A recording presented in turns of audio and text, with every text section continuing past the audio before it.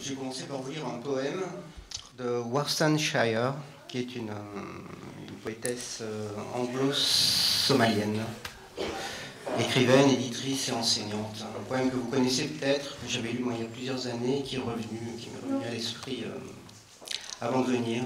Il s'appelle Home. Personne ne quitte sa maison, à moins que sa maison ne soit devenue la gueule d'un requin. Tu ne cours vers la frontière que lorsque toute la ville court également, avec tes voisins qui courent plus vite que toi. Le garçon avec qui tu es allé à l'école, qui t'a embrassé, ébloui, une fois derrière la vieille usine, porte une arme plus grande que son corps. Tu pars de chez toi, quand ta maison ne te permet plus de rester. Tu ne quittes pas ta maison si ta maison ne te chasse pas. Du feu sous tes pieds, du sang chaud dans ton ventre, c'est quelque chose que tu n'aurais jamais pensé faire, jusqu'à ce que la lame ne soit sur ton cou. Et même alors, tu portes encore l'hymne national dans ta voix, quand tu déchires ton passeport dans les toilettes d'un aéroport en sanglotant à chaque bouchée de papier. Pour bien comprendre que tu ne reviendras jamais en arrière. Il faut que tu comprennes que personne ne pousse ses enfants sur un bateau, à moins que l'eau ne soit plus sûre que la terre ferme. Personne ne se brûle le bout des doigts sous des trains entre des wagons. Personne ne passe des jours et des nuits dans l'estomac d'un camion, en se nourrissant de papier journal, à moins que les kilomètres parcourus soient plus qu'un voyage. Personne ne rentre sous un grillage. Personne ne veut être battu, pris en pitié. Personne ne choisit les camps de réfugiés ou la prison, parce que la prison est plus sûre qu'une ville en feu et qu'un maton dans la nuit vaut mieux que toute une cargaison d'hommes qui ressemblent à ton père. Personne ne vivrait ça, personne ne le supporterait, personne n'a la peau assez tannée. Rentrez chez vous. Les Noirs, les réfugiés, les sales émigrés, les demandeurs d'asile qui sucent le sang de notre pays, ils sont bizarres, sauvages. Ils ont fait n'importe quoi chez eux et maintenant ils veulent faire pareil ici. Comment les mots, les sales regards peuvent te glisser dans le dos? Peut-être parce que leur souffle est plus doux qu'un membre arraché, ou parce que ces mots sont plus tendres que 14 hommes entre tes cuisses, ou ces insultes sont plus faciles à digérer qu'un os, que ton corps d'enfant en miettes. Je veux rentrer chez moi, mais ma maison est comme la gueule d'un requin. Ma maison, c'est le baril d'un pistolet et personne ne quitte sa maison à moins que ta maison ne te chasse vers le rivage, à moins que ta maison ne dise à tes jambes de courir plus vite, de laisser tes habits derrière toi, de ramper à travers le désert, de traverser les océans, noyer, sauver, avoir faim, mendier, oublier sa fierté, ta survie est plus importante.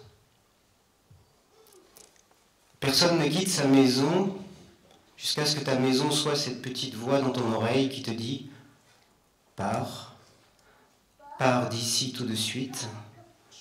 Je ne sais pas ce que je suis devenu, mais je sais que n'importe où, ce sera plus sûr qu'ici. »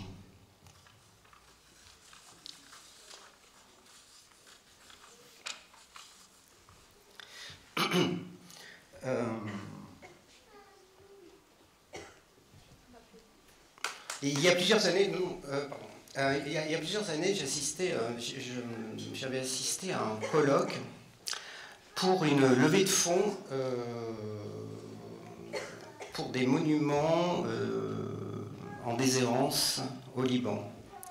C'était sous le haut patronage de Jack Lang, qui était et qui est toujours président de l'Institut du monde arabe. Il y avait là quelques politiques, des banques.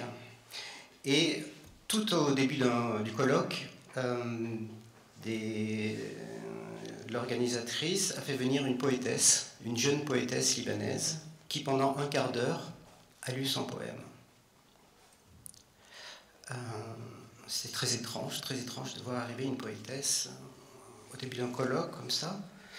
Plusieurs années plus tard, je me rappelle, j'étais à une conférence où là, c'était François Bon qui rappelait alors le rôle qu'a pu avoir à un moment donné, et qu'a encore d'ailleurs la littérature, un rôle qu'on avait oublié, puisqu'on lui demandait à quoi sert encore la littérature, et il disait, il ne faut pas oublier que pendant très longtemps, c'était grâce à la littérature qu'on avait aussi accès au monde, qu'on pouvait en voir toutes ses facettes, et qu'elle nous permettait de le comprendre.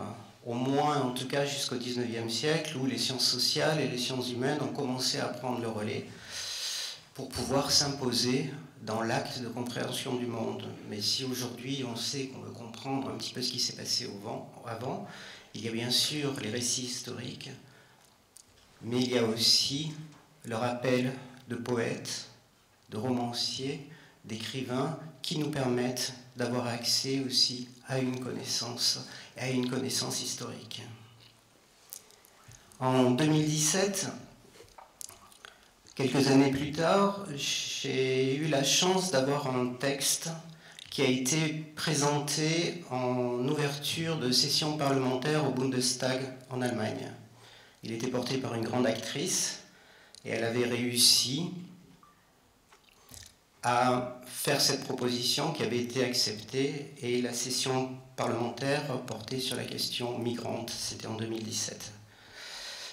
Il y avait là cette grande comédienne, une autre jeune très grande comédienne, un plasticien, un musicien, et ils ont fait leur performance, et à la suite de cette performance, il y a eu un court échange, et la comédienne était très triste, déçue, voire en colère, parce qu'en fait, elle s'attendait à ce qu'il se passe quelque chose, qu'il y ait une révélation, que quelque chose d'inouï se passe après la révélation de cet acte artistique. Or, rien, bien évidemment.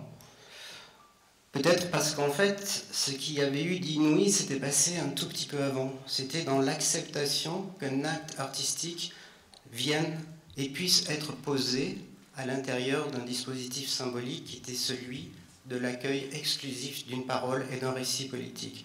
C'est-à-dire le mettant au même niveau, à un moment donné, qu'une parole et qu'un récit politique, qui pouvait de ce fait accepter un imaginaire différent, une poétique différente.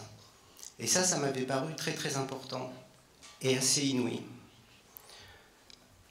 Tout à l'heure, avant d'entrer, Laurent Kleinbaum m'a demandé d'intervenir et de parler sur mon rapport entre l'écriture et la politique.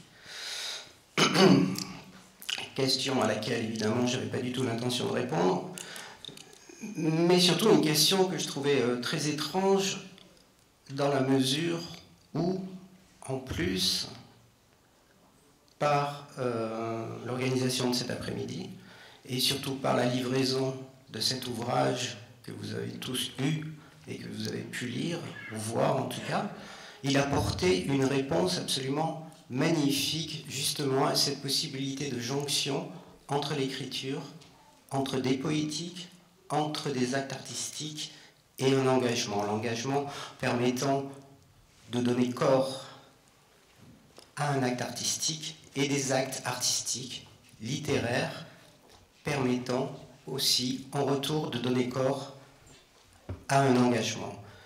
Et finalement, cette possibilité de fusion existe, est possible, et où le résultat transcende la somme des parties, c'est-à-dire qu'elles soient littéraires, documentaires, poétiques, journalistiques, et offre sans doute à un combat, un imaginaire étendu, un imaginaire augmenté, avec à l'intérieur de ça un vocabulaire qui peut se réarmer au contact d'un combat, au contact d'un engagement, et en retour un engagement qui est réarmable grâce à un vocabulaire et des poétiques produites. Donc tout ça pour dire, parce que je voulais être bref, qu'en fait, Laurent, tu répondais toi-même à la question que tu voulais me poser, que moi, par ailleurs, j'ai pu le voir ici et là, et il semblait que ce soit possible, et je voulais te remercier, et qu'on te remercie pour tout ce que tu avais fait, pour tout cet engagement-là, qui a permis, ce soir, la possibilité de cet ouvrage.